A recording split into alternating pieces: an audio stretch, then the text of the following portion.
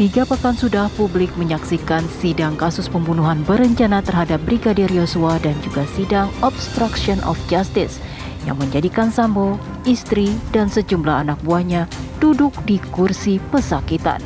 Sejak 17 Oktober, masyarakat mendengar sejumlah kronologi dan keterangan dari para terdakwa serta para saksi yang dihadirkan jaksa penuntut umum. Tak sedikit keterangan baru muncul di persidangan yang selama ini tak pernah publik ketahui. Meski tidak sedikit juga keterangan yang relatif sama seperti yang dijelaskan oleh kepolisian maupun kuasa hukum baik dari keluarga Yosua maupun dari para tersangka ketika peristiwa ini mencuat pertama kali.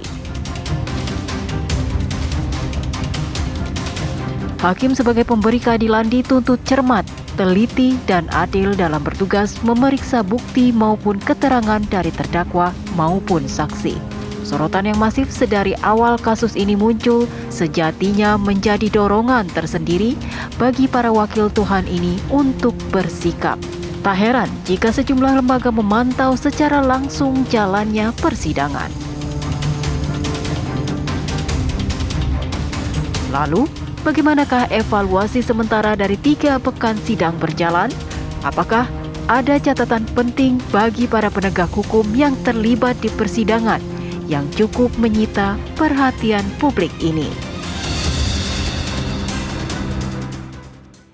Ya pemirsa, mengingat bahwa Senin, Selasa, bahkan juga Kamis atau Jumat kalau tidak salah pemirsa akan ada sidang yang akan digelar di Pengadilan Negeri Jakarta Selatan mulai dari pemeriksaan untuk terdakwa pembunuhan terhadap Brigadir Joshua, Sambo, Putri Chandrawati, Kuat Ma'ruf, Ricky Rizal, bahkan juga Barada E akan digelar dan juga kasus obstruction of justice. Tanpa terasa bahwa sidang sudah digelar 3 pekan ya pemirsa ya, dan minggu depan adalah pekan yang keempat. Apa evaluasi yang bisa kita ambil mulai dari saksi-saksi yang dihadirkan, bahkan juga penggalian keterangan saksi oleh hakim, bahkan juga jaksa, dan juga lain-lain pemirsa. Itu yang akan saya bahas di Apa Kabar Indonesia Malam hari ini.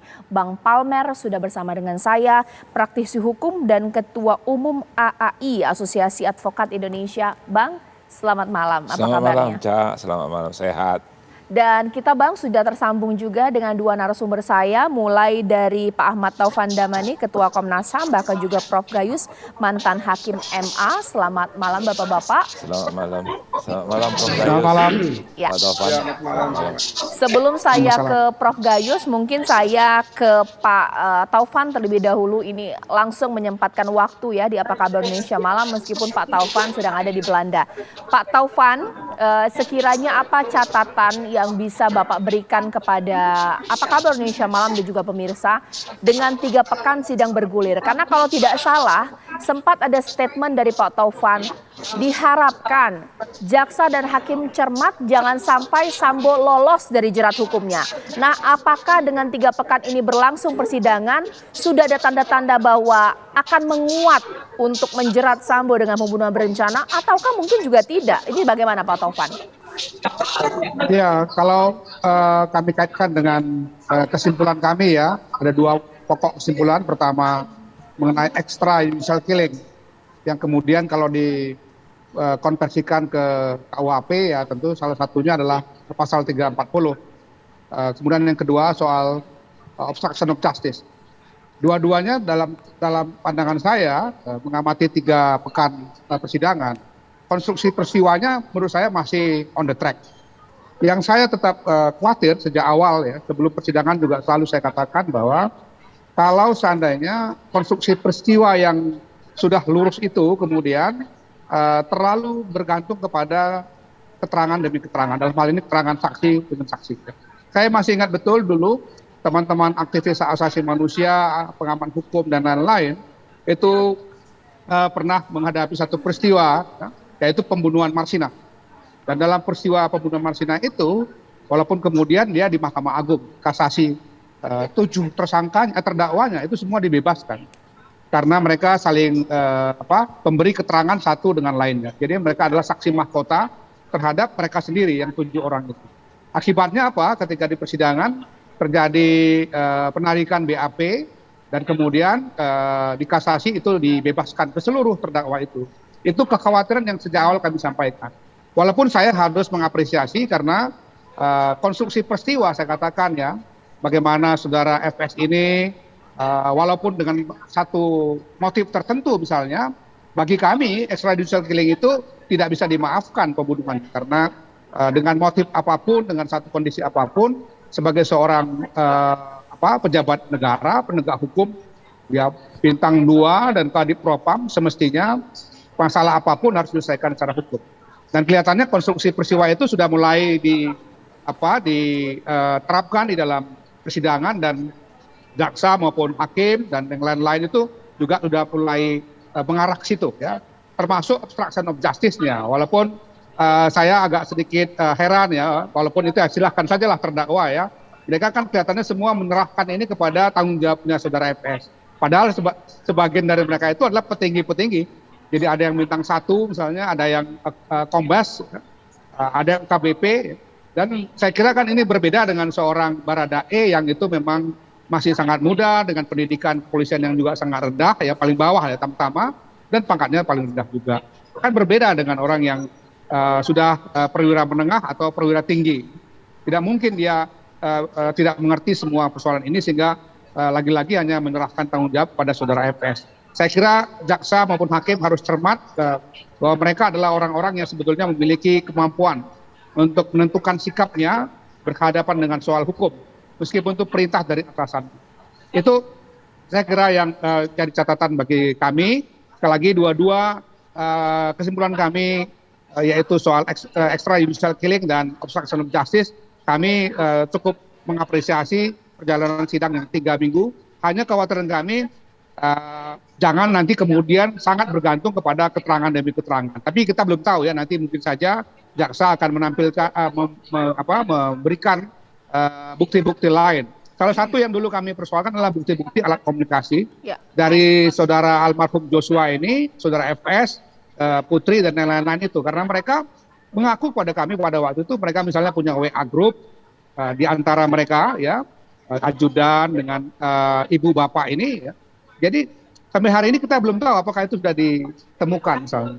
Padahal sebetulnya menurut kami meskipun misalnya alat komunikasinya hilang atau dihilangkan, toh tetap bisa dicarikan ke providernya. Demikian juga soal CCTV yang dalam rumah. Sampai hari ini keterangannya tetap mengatakan bahwa itu sudah rusak beberapa waktu sebelum peristiwa. Padahal itu sangat menentukan untuk siapa yang melakukan penembakan dan di bagian mana orang itu melakukan penembakan. Karena ada 2 penembakan sasaran penembakan yang dianggap oleh ahli otopsi sebagai penyebab kematian, yaitu yang di dada sebelah kanan dan yang di belakang kepala. Nah ini kan menentukan, akan mempengaruhi derajat penghukuman dari hakim kepada terdakwa soal siapa menembak di bagian yang mana. Itu saya kira catatan-catatan yang menurut kami akan sangat penting, tidak semata-mata bergantung kepada atau terlalu banyak bergantung kepada keterangan demi keterangan. Sekarang saja antara Baradae dengan saudara FS itu kan berbeda pendapat soal atau berbeda keterangan soal siapa yang menembak. Demikian Mbak Caca. Baik, ditahan dulu Pak Taufan. Sekarang saya ke Prof. Gayus terlebih dahulu. Prof, dapat apresiasi dari Komnas HAM 3 persidangan yang sudah digelar. Tapi apakah ini juga menjadi hal yang penuh catatan? Saking semangatnya jaksa dan juga hakim ingin mengungkap kasus ini, tapi kok jadi terlihat begitu mencecar ya, apalagi ketika adegan hakim mencecar Susi sebagai saksi, dianggap memberikan keterangan palsu. Tepat nggak sih Prof? Bagaimana? Ya, saya tidak mendengar tadi apa yang dikatakan Pak Damanik, suaranya sama sekali tidak bisa saya dengar. Tapi kira-kira kalau dipertanyakan itu, saya harus mengatakan itu kewenangan hakim, teknik bagi hakim untuk mendapatkan keterangan dari saksi sejelas-jelasnya, dan kalau perlu dengan mengingatkan ada ancaman hukuman bagi saksi yang berbohong. Itu saya pikir hal yang wajar ya, itu bagaimana hakim memiliki kewenangan untuk menggali kebenaran material. Tetapi yang ingin saya sampaikan justru juga ada sebuah pernyataan kesalahan oleh terdakwa.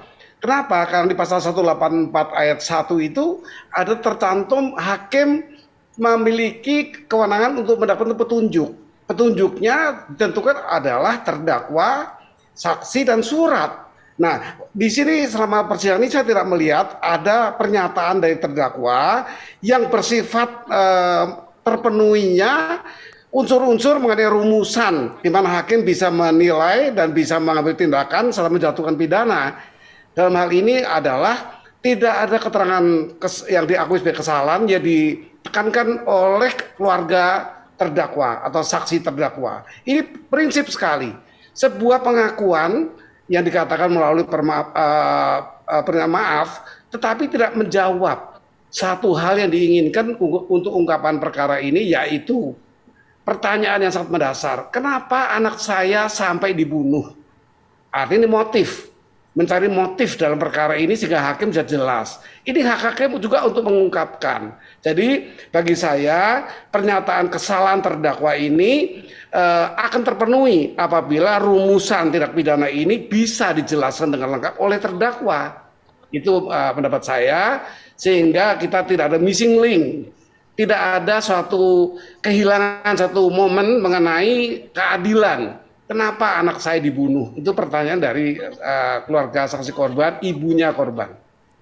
Ya, ditahan dulu Prof, nanti sesaat lagi saya akan tanya kepada Bang Palmer. Sekiranya setuju nggak sih Bang Palmer bahwa ini merupakan kewenangan hakim punya trik khusus sendiri ya ketika ingin mengungkap kasus ini ya sedikit mencecar ini saksi menjadi hal yang diperbolehkan, atau mungkin Bang Palmer punya pendapat lain? Sesaat lagi pemirsa di Apa Kabar Indonesia Malam.